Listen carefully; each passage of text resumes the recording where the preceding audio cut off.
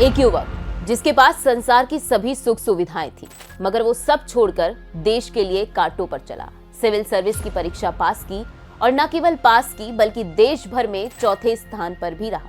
चाहता तो अफसर बन पूरे जीवन सुख चैन से रहता, मगर देश की आजादी के लिए सिविल सर्विस को भी ठुकराया। वो शख्स जिसकी लोकप्रियता इतनी अधिक थी कि उसका जीवन तो क्या, उसकी मृत्यु भी मशहूर हो गई।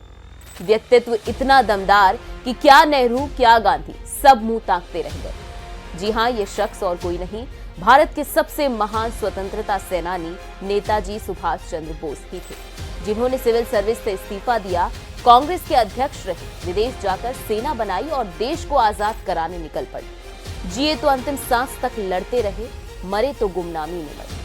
पर क्या आप जानते हैं, जवाहरलाल नेहरू को घर बैठे कांग्रेस अध्यक्ष बनाने के लिए देश के सबसे प्रिय बेटे के साथ पक्षपात किया गया था, और ये पक्षपात और किसी ने नहीं बल्कि खुद महात्मा गांधी ने किया था। इससे पहले कि हम कहानी में आगे बढ़े, आप इस चैनल को सब्सक्राइब कर बेल आइकन दबाएं ताकि ऐसी कोई भी वीडियो आपसे मिस ना हो। अब हम कहानी पर वापस आते हैं। नेताजी सुभाष चंद्र बोस बंदूक से क्रांति लाने में विश्वास रखते थे, जबकि गांधी का मानना था कि देश को केवल अहिंसा के जरिए ही आजाद करवाया जा सकता है। समय समय पर दोनों के मतभेद भी होते, मगर नेताजी ने कभी इस मतभेद को मनभेद में नहीं बदलने दिया। वे गांधी जी का बहुत सम्मान करते थे और यहाँ तक कि गांधी जी को राष्ट्रपिता की उपाधि देने वाले भी बोस ही थे। मगर गांधी के मन में शायद उनके लिए ये भाव नहीं था। वो नेताजी की हिंसा के जरिए आजादी दिलाने की बात के घोर विरोधी थे, और यही बात बोस के जीवन में एक बड़ा निर्णायक मोड़ लेकर आई। दरअसल 29 जनवरी 1939 इस रोज कांग्रेस अधिवेशन में अध्यक्ष पद का चुनाव होना था। इससे पहले 1938 में हरिपुरा अधिवेशन में नेताजी सुभाष चंद्र बोस पहले ही निर्विरोध अध्यक्ष चुने जा चुके थे, और इस बार भी वो कांग्रेस अध्यक्ष के पद पर अपनी दावेदारी कर रहे थे। इससे पहले कि आप आगे बढ़े, ये समझना जरूरी है कि उस वक्त कांग्रेस का अध्यक्ष होना आज जैसा नहीं था। तब इस पद का सम्मान बहुत अधिक होता था, तब इसका चुनाव भी लोकतांत्रिक तरीके से होता था, आज की तरह किसी एक परिवार के इशारों पर नहीं।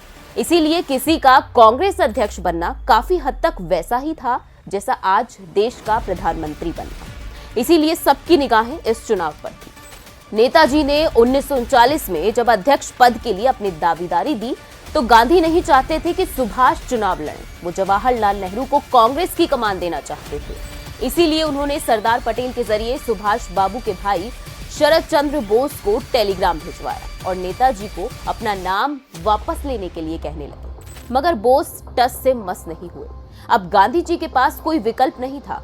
वो बोस के खिलाफ चुनाव लड़ने के लिए नेहरू के पास गए, मगर नेताजी की लोकप्रियता देख जवाहरलाल नेहरू ने चुनाव लड़ने से इनकार कर दिया।